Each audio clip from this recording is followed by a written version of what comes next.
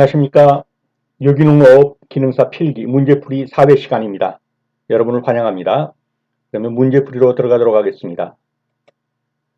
다음 중 봉지 씌우기 효과로 옳지 않은 것은 과일이 이렇게 열렸으면 햇빛을 받아야 받은 부분은 더 달죠. 당도가 높고 받지 않은 부분은 좀 덜 달죠.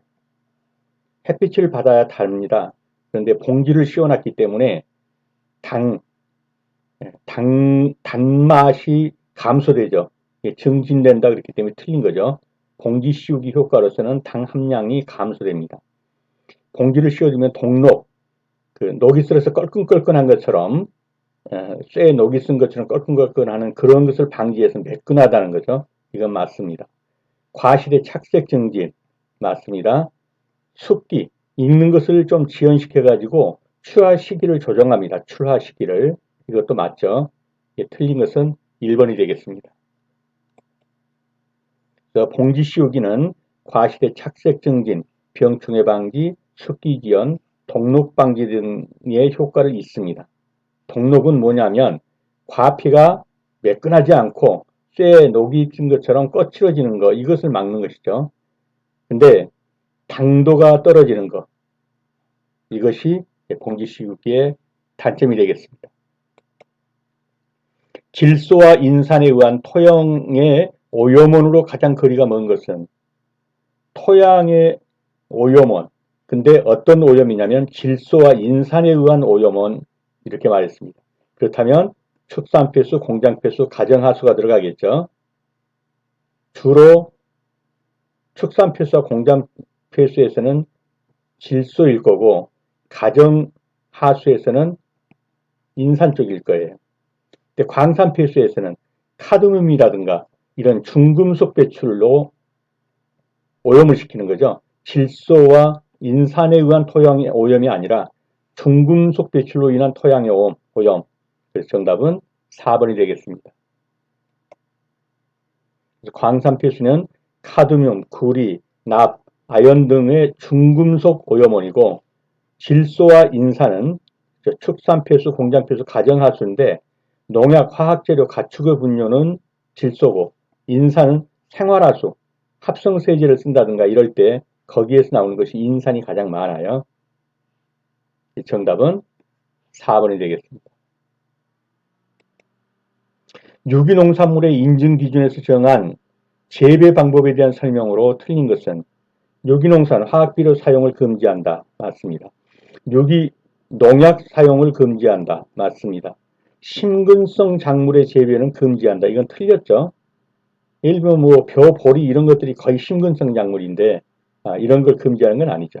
투과 작물의 재배는 허용한다. 맞습니다. 틀린 것은 3번이 되겠습니다. 심근성은 식물의 뿌리가 땅속으로 약 30cm 이하까지 자라는 특성을 가진 것인데 벼, 보리, 밀, 호밀, 귀리, 기장 이런 것들이 다 심근성입니다. 그래서 유기농산물 인증기관에서 심근성 작물의 재배는 인정합니다. 그래서 이것은 틀린 지문이 되겠습니다. 그리고 특과작물이라는 것은 콩, 판, 녹두 등 이런 것이 특과작물입니다. 퇴비의 부숙도 검사 방법이 아닌 것. 부숙도, 퇴비가 얼마나 흙하고 섞여서 일체를 이룰 수 있는가. 이게 부숙도입니다. 관능적으로 냄새 맡아보고 손으로만 만져보고 이렇게 해서 알 수도 있죠. 탄질비 판정법으로 20 정도가 되면 부숙했다 이렇게 보는 거예요. 정자를 뿌려서 발화된 걸 한번 볼 수도 있죠. 그 다음에 지렁이가 얼마나 서식하고 있는지도 볼 수 있습니다. 부숙도로. 물리적 방법이라는 것은 따로 없습니다. 그래서 검사 방법이 아닌 것은 그러면 물리적 방법이 되겠습니다. 그래서 부숙도란 퇴비의 원료인 가축의 분뇨가 퇴비와 과정을 거쳐서 식물과 토양에 안정적으로 반응하는 것, 이것을 부숙도라고 합니다. 그래서 관능적 방법도 있고 화학적 방법도 있고 생물학적 방법도 있는데 관능적 방법은 수분의 함량, 형태, 색냄새, 촉감 등에 의해서 얼마나 퇴비화되었는가를 보는 겁니다. 화학적 방법은 탄질물에 의해서 하는 건데 탄질이 20 이하가 되면 완숙된 걸로 보는 겁니다. 생물학적 방법은 지렁이가 얼마나 잘 살고 있나, 또 종자가 얼마나 발화가 되나, 이런 걸로 볼 수가 있는 것입니다. 그래서 테이비의 부스터 검사 방법이 아닌 것은 그러면 물리적 방법이 되겠습니다. 균근이 숙주식물에 공생함으로써 식물이 얻는 유익한 점과 가장 거리가 먼 것은 뿌리에 사는 식물의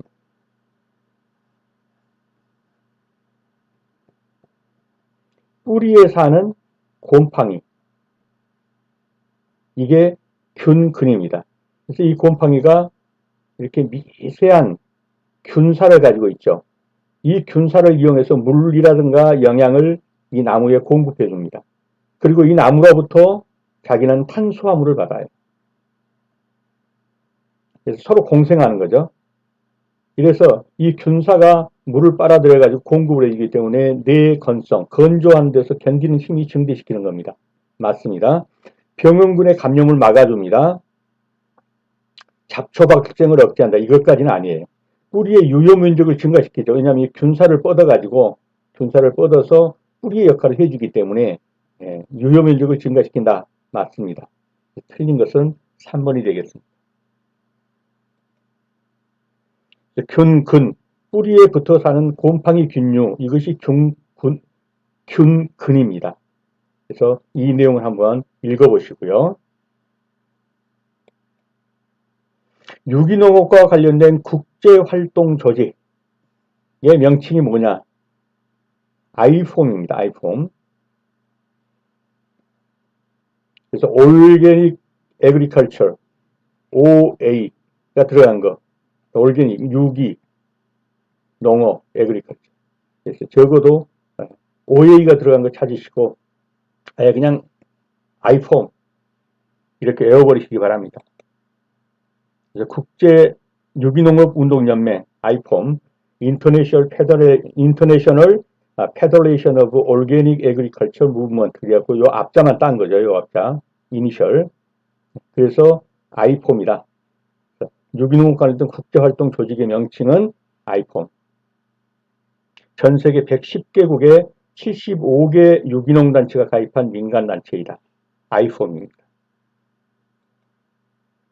토양의 색에 대한 설명으로 틀린 것은 토색을 보면 토양의 풍화 과정이나 성질을 파악하는 데 큰 도움이 됩니다. 착색 재료로는 주로 산화철은 적색, 부식은 흑색, 갈색을 나타낸다. 맞습니다. 신선한 유기물은 녹색, 철광색은 적색, 황철은 황색을 나타낸다. 틀렸습니다. 어디가 틀렸나요? 신선한 유기물은 어떤 색을 띠죠? 녹색이 아니라 흑색이죠. 죄송합니다. 화면 상태가 좋지 않았습니다. 신선한 유기물은 흑색입니다. 그래서 틀린 지문이 되겠습니다. 토색 표시법은 문셀의 토색 첩을 기준으로 하며 삼속성을 나타내고 있다. 맞습니다. 틀린 것은요. 신선한 유기물은 검은색을 띱니다. 흑색을 띠죠. 그래서 유기물이 많을수록 토양은 검은색을 띈다. 정답은 3번이 되겠습니다. 유기농업에서는 화학 비료를 대신하여 유기물을 사용하는데 유기물의 사용 효과가 아닌 것은 유기물을 사용하면 토양 완충능을 증대합니다. 맞습니다. 미생물의 번식을 조장하고요. 보수, 보비력, 즉 물이라든가 어떤 비료의 그 효능을 보유하는 거죠. 이걸 증대합니다. 지온 감소미 염류육적 이건 틀렸습니다. 어디가 틀렸나요? 지온이 증가하죠. 즉 땅 온도가 지온이 증가, 땅 온도가 올라가는 거예요. 왜냐하면 유기물이 검은색이 햇빛을 빨아들여서 보유하게 되죠. 그래서 지온이 증가합니다. 땅 온도를 올립니다. 그렇게 해서 그 땅 속에 있는 미생물의 번식을 증가시키는 거죠. 그래서 미생물의 번식을 조장하는 것이 지온의 증가와 밀접한 관련이 있는 거죠. 틀린 것은 4번이 되겠습니다. 그래서 지온 상승입니다. 검은색으로 인해 미생물의 번식을 조장한다. 그래서 틀린 것은 4번이 되겠고요. 나머지는 한번 읽어보시기 바랍니다. 특별히 토양의 완충능 증대, 이거 꼭 알아두셔야 되는데 예를 들면 물에 어떤 산성이라든가 알칼리성이 들어오면 즉각적인 반응을 일으켜요. 이 pH. 근데 토양은 이런 물질이 들어온다고 해서 즉각적인 반응을 잘 일으키지 않아요. 즉각적인 반응을 일으키면 이 반응이 빠르면 식물이 이 반응에 적응을 못해요. 그래서 생장에 어려움을 당하게 되는데 토양처럼 완충을 시켜줘요. pH 농도를. 그러면 식물이 안정적으로 자라는 데 도움을 받는 겁니다. 이것이 토양의 완충능 증대라는 거예요. 근데 유기질일수록, 유기물일수록 완충능이 더욱 증대돼요. 토양도 완충능을 증대하는데 유기물은 더 많이 증대한단 말이에요. 그러니까 유기질 토양은 완충능을 많이 증대시킨다. 이렇게 보시면 되겠습니다. 정답은 지온의 증가인데 감소라고 했으니까 4번이 틀린 지문입니다. 유기농업의 목표가 아닌 것은 농가 단위에서 유래되는 유기성 재생자원의 최대한 이용 맞죠? 인간과 자원의 적절한 보상을 제공하기 위한 인공조절, 이런 인위적인 게 아니라 자연과 더불어서 공존해 사는 이런 것이 유기농업의 목표입니다. 적정 수준의 작물과 인간 영양, 인간이 필요하는 영양과 농작물의 적정 수준, 그래서 인간이 필요로 하는 그 이상의 작물을 수확할 필요가 없어요. 서로 공생 공존해야지 인간의 영양을 위해서 무리하게 토양에 작물을 심는다는 게 이건 안 되는 거예요. 그래서 적정 수준의 작물과 인간 영양, 이건 유기농업의 목표가 되겠죠. 똑같아요. 축산 수량도 인간이 꼭 필요로 하는 영양의 한도 내에서 어떤 축산물의 생산이라든가 이런 것들이 이루어져야지 필요 이상으로 인간 영양에 필요한 것 이상으로 너무 많은 육류를 소비한다든가 이런 것도 좋지 않은 겁니다. 그래서 적정 수준을 유지하게 한다. 이것도 유기농업의 목표가 되겠어요. 아닌 것은 그러면 2번이 정답입니다. 전체적으로 인간이 자연환경과의 관계에서 공생하며 보호적인 서로 보호하는 그런 자세를 견지하는 것이 유기농의 목표가 되겠습니다. 정답은 2번이 되겠습니다. 일반적으로 토양에 가장 많이 들어있는 원소, 토양에 가장 많이 들어있는 원소는 뭡니까? 규소입니다. 규소가 가장 많이 들어있습니다. 그 다음이 알루미늄, 철, 칼슘 이런 순서로 들어있는 거예요. 규소가 가장 많이 들어있습니다. 농우사료 중심의 유기축산의 문제점으로 거리가 먼 것은 농우사료가 뭡니까? 영양가가 많은 사료, 알곡사료 이런 것이죠. 저사료가 아닌 거. 수입 유기농우사료 농우사료 구입에 의한 생산 비용이 증대하고 있습니다. 맞습니다. 사료비가 많이 들죠. 국내에서 이런 것들 생산이 어려워서 수입에 의존하고 있습니다. 물질이 순환되는 문제가 있습니다. 그렇죠? 뭐 네덜란드산, 어디산 이런 그 사료들이 수입되고 있으니까 열등한 축산물의 품질의 초래에 틀렸죠. 호주에 사는 소나 한국에 사는 소나 똑같은 걸 먹는단 말이에요. 왜냐하면 호주산 갖다 먹이면. 그렇기 때문에 축산물의 품질은 이런 농우사료를 먹으면 우수하게 되죠. 그래서 열등한 그렇기 때문에 틀린 거예요. 이런 좋은 사료를 먹고 살기 때문에 품질은 좋습니다. 정답은 4번이 되겠습니다.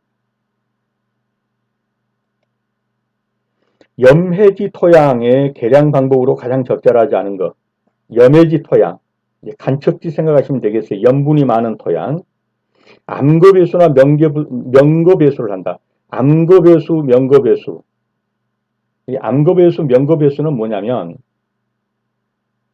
이런 땅 속에다가 이런 관을 묻어가지고 여기로 배수를 하는 거예요. 배수를 하는 거. 그래서 물을 갖다가 이 토양에다 많이 대주는 겁니다. 암거배수는 땅 속에 있는 배수고 명거배수는 보이는 또랑물 이런 것을 이 논에다 대줘가지고 물로 중화시키는 거죠. 필요합니다. 석회질 물질을 사용해서 많이 토양을 개량하고 있죠. 전층 기계경운을 수시로 실시해 토양의 물리성을 개십니다. 이건 틀렸어요. 어디가 틀렸나요? 갈아엎기를 자주 하는 거 이건 좋지 않습니다. 토양의 경작이 좋지 않아요. 그래서 이건 틀린 지문이 되겠고요. 건조식에 물을 재줄 수 없는 곳에서는 생지피라든가 이런 것을 표층에 깔아주어서 수분 증발을 막아줍니다.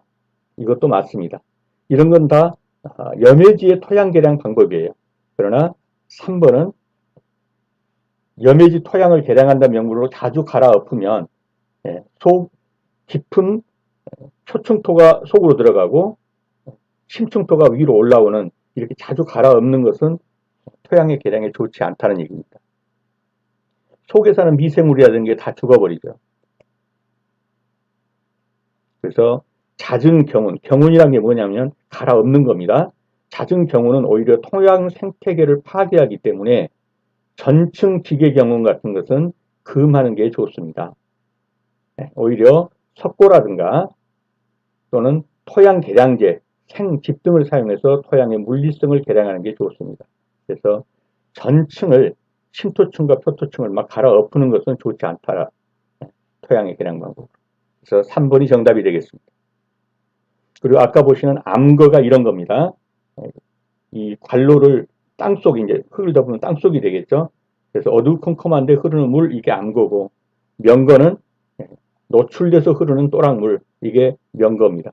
어떻든 염해지는 물을 많이 대주는 것이 토양 개량 방법으로 좋습니다. 그래서 1번은 맞는 지분이죠. 석회질 물질을 사용하는 거 맞고요. 건조 시기에 물을 대줄 수 없는 것은 생집 같은 것을 깔아줘 수분 증발을 막는 거, 이것도 맞습니다.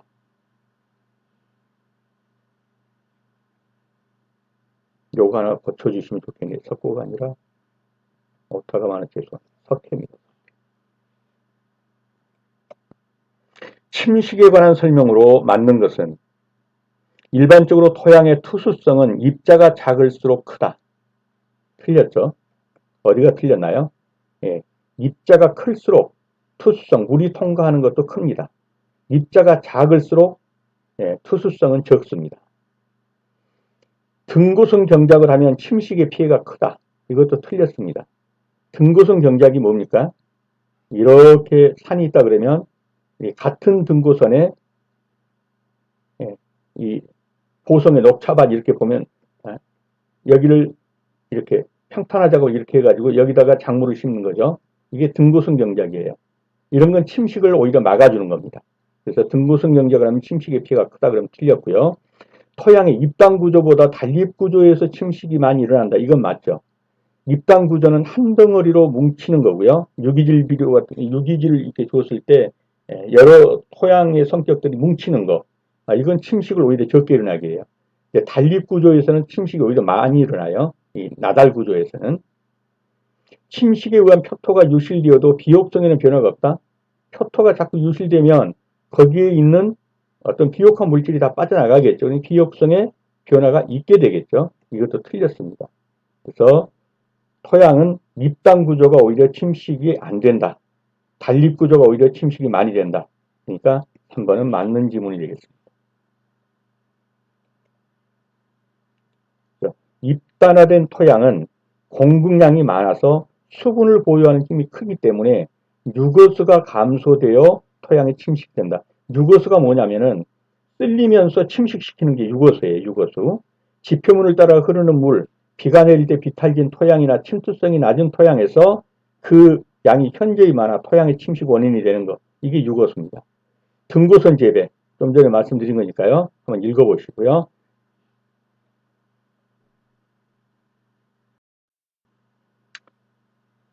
단립구조, 아까 봤죠? 호달구조, 단립구조. 요거는 뭐냐면 토양 입자들이 서로 결합되지 않고 개개의 입자들로 흩어지는 상태.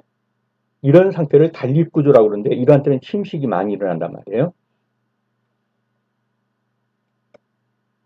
토양의 공극이 수분으로 완전히 포화되었을 때 더 이상 수분을 흡착할 수가 없어요. 그럴 때 토양의 수분, PF는 수분 흡착 능력입니다.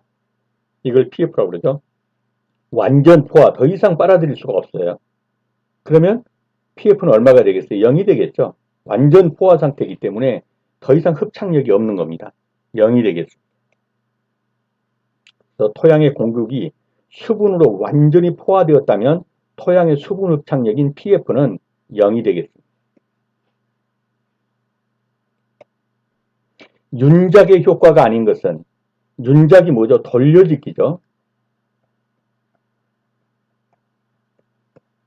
즉 콩을 심었다가 이듬해는 뭐 마늘을 심었다가 그 이듬해는 뭐 고구마를 심었다가 이런 식으로 돌려짓기 하는 거예요. 이럴 때 지력이 유지되고 증강이 됩니다. 맞습니다. 토양의 유기물이 증대합니다. 맞습니다. 수량도 증대합니다. 맞습니다. 잡초의 증가, 오히려 잡초를 감소시켜요. 이러한 윤작이. 그래서 이건 틀렸습니다. 3번이 정답이 되겠습니다. 한 경작지에 여러 가지 다른 농작물을 돌려가면서 재배하는 방법, 이것이 윤작 돌려짓기입니다. 윤작의 효과는 지력이 유지 및 증가, 토양 유기물 증대, 수량 증대, 잡초 감소, 이런 효과들이 있습니다. 여기 잡초 증가이기 때문에 틀린 것이 되겠습니다. 기원지로서 원산지를 파악하는 데 근간이 되는 학설은 유전자 중심설이다. 바빌로프의 작물의 기원지에 해당하지 않는 곳. 이 바빌로프는 작물들에 따라서 8개의 기원지를 말했어요. 근데 그 중에 속하지 않는 게 뭐냐? 이렇게 물은 겁니다. 지중해 연안도 들어가고 인도 동남아시아도 들어가고 코카소스 중동도 들어가요. 남부 아프리카가 아니라 중부 아프리카에 중부 아프리카는 들어갑니다.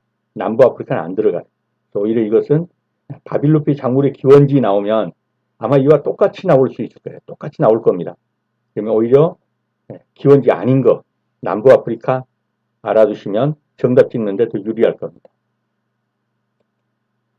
그래서 바빌로프의 작물의 기원지 8개 지원지 이런 건데 예를 들면 조, 피, 콩은 중국이 기원지다. 이런 식으로 유전자를 연구해 가지고서 뭐 인도는 무슨 식물의 기원지고 중앙아시아는 무슨 식물의 기원지고 이렇게 해서 8개의 기원지를 말해 놓은 거예요. 그 기원지가 아닌 건 어떤 거냐? 중앙아프리카는 들어가는데 남부아프리카는 들어가지 않습니다. 그래서 오히려 기원지가 아닌 것을 알아둬서 동일한 문제가 나왔을 때 정답을 색출하시기 바랍니다. 생물학적 방제 방법에 속하는 것. 생물학적 방제 방법 그러면 천적이용 이런 식으로 이해를 하셔도 되죠. 천적을 이용해서 방제하는 방법. 병원 미생물을 사용해서 다른 미생물을 잡아먹게 하는 것. 천적을 이용해 잡아먹게 하는 것. 정답은 2번이 되겠습니다.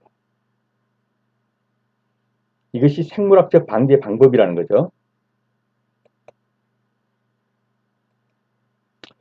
우량품종의 구비 조건이 아닌 것은 우량품종, 신규성, 균일성, 우수성, 영속성 이런 것들은 다 우량품종의 구비 조건입니다.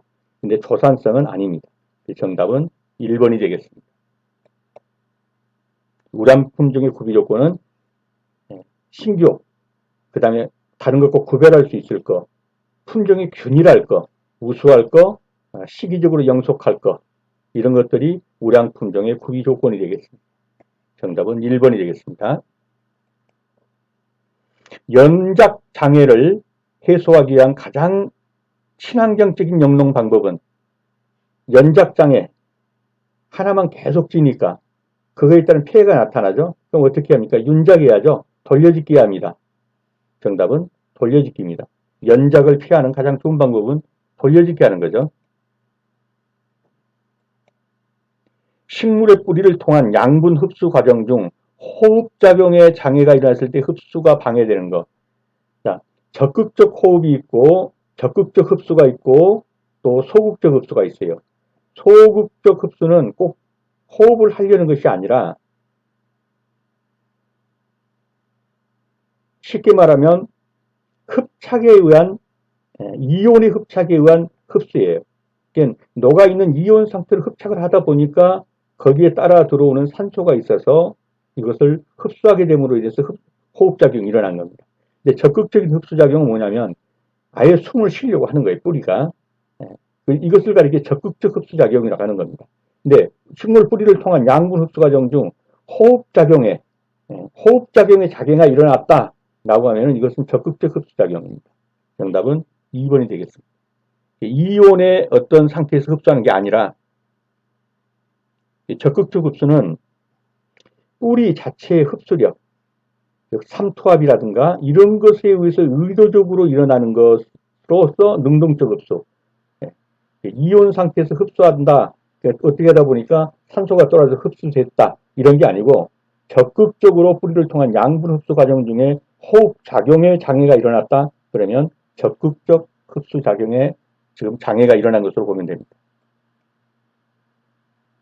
토양 생성에 관여하는 인자 중 가장 광범위하게 영향을 미치는 것. 예, 강우량이라든가 습도, 온도 이런 기후가 토양 생성에 가장 광범위하게 영향을 미칩니다. 그래서 정답은 1번 기후가 되겠습니다. 토양 생성의 영향력이 가장 큰 것은 강우량, 온도, 습도 등의 기후적 요인입니다. 토양 생성에 관여하는 인자 중 가장 광범위하게 영향을 미치는 인자는 기후입니다.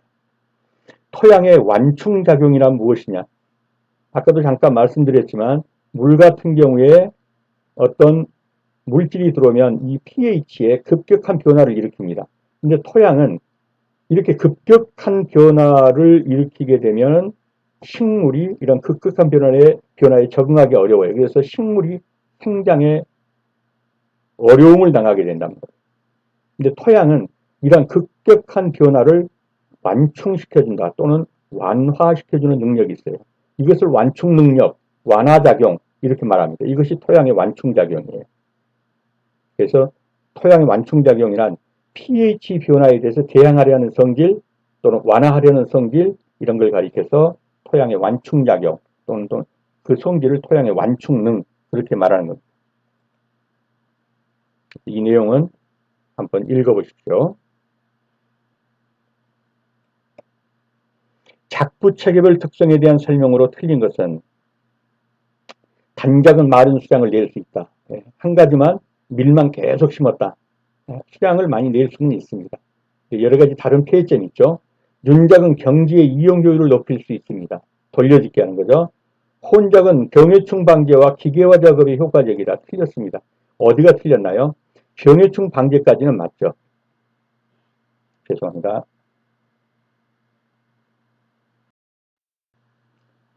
화면이 좋지 않았습니다. 혼작은 여기다가 키 큰 식물, 여기다가 작은 식물 이렇게 섞어 심는 거예요. 이게 혼작이에요. 혼작. 여러 가지 식물을 두 가지 이상의 식물을 한 군데 심는 거예요. 이거는 양지 식물, 이거는 음지 식물 이런 식으로 섞어 심는 거예요. 이럴 때 병해충 방제는 유리합니다. 그렇지만 이렇게 섞어 심으면 기계화 작업은 어렵습니다. 이 기계화 작업이 효과적이다 그랬을 때 이게 틀린 거예요. 그래서 혼작은 기계화 작업에 비효율적이다. 단작은 한 가지만 심는 것은 재배나 관리 작업이 간단하고 이건 기계화 작업이 가능하죠. 밀만 다 심었다.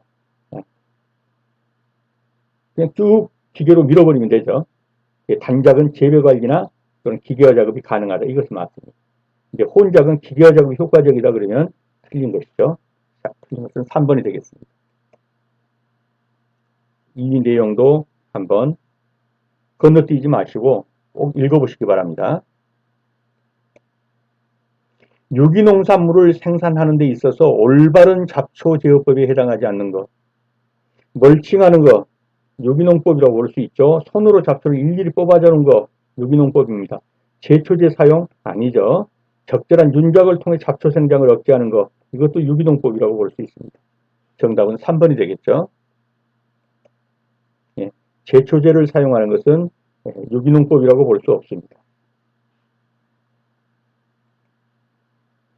벼, 재배 논토양에서 탈질 현상, 질소가 이탈하는 현상을 방지하기 위한 질소질 비료의 시비법은 이걸 질산태 질소를 환원층에다 주게 되면 전부 증발해 버립니다. 공중으로. 그렇기 때문에 암모니아태 질소를 환원층에다가 이 표토층 말고요. 좀 깊이 시비하는 거예요. 환원층에다가. 그러면 되는 겁니다. 정답은 1번이 되겠습니다. 암모니아태 질소를 환원층에 주는 겁니다. 탈질 현상은 질산태 질소가 토양의 환원층에 들어가게 되면 환원되어서 산화질소, 이산화질소, 질소가스가 돼가지고 공중으로 휘발돼 버린다. 이러한 탈질 현상의 예방법은 이걸 암모니아태 질소로 환원층에다 주면 된다. 그래서 정답은 1번이 되겠습니다. 다음 중 해충 관리에 대한 설명으로 틀린 것은 밀가루를 물에 풀어서 죄송합니다. 물에 풀어 뿌리면 벌레의 껍질, 왁스층이 파괴되어 수분 증발로 말라 죽게 된다. 아니요.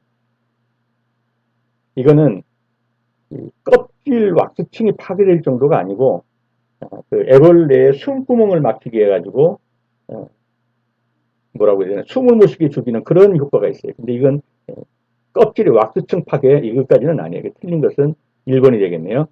혼작을 섞어짓기를 하면은 여러 가지 식물을 함께 심는 거죠. 특정한 작물만 먹는 급격한 병식을 막을 수 있다. 즉 병충해 방지에 효과적이다 이 말이에요. 생육에 지장이 없는 한도에서 파종기를 앞당기거나 늦춰서 특정 벌레 피해를 줄일 수도 있습니다. 제충국에서 추출한 식물성殺虫제로 신경 전달 작용을 저해한다. 이것도 맞습니다. 틀린 것은요. 1번이 틀린 답이 틀린 질문이 되겠습니다.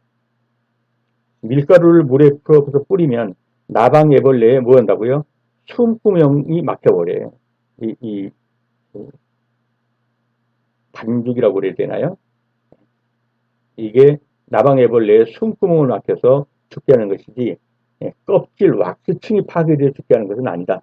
그래서 1번이 정답이 되겠습니다.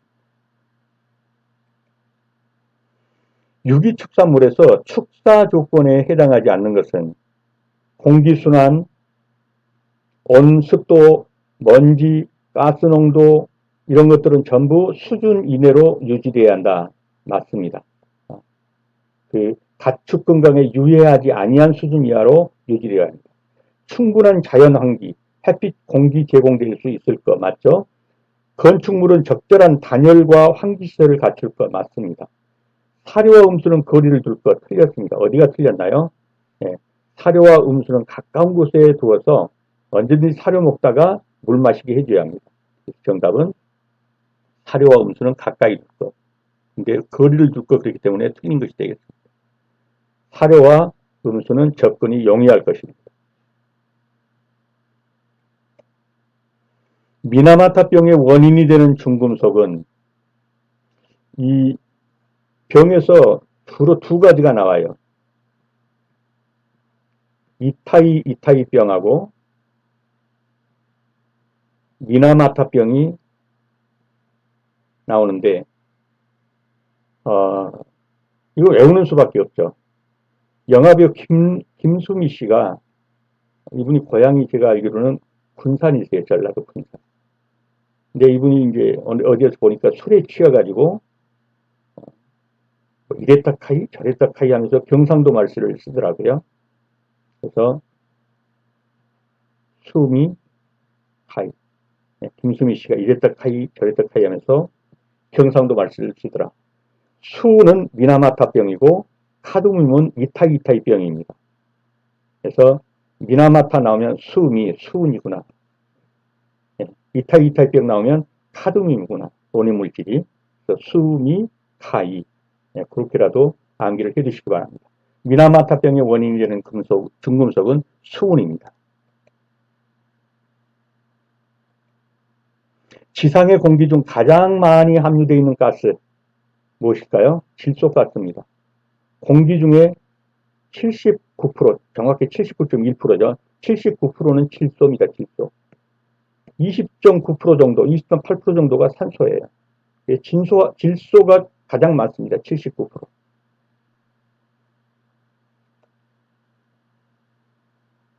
질소입니다. 농기구 및 맨손으로 잡초나 해충을 직접 죽인다.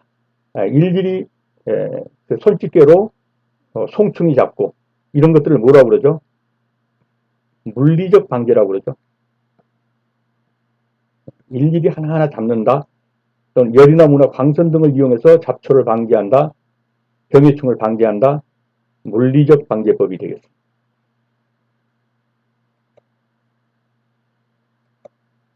네, 수업하시느라 수고 많으셨습니다.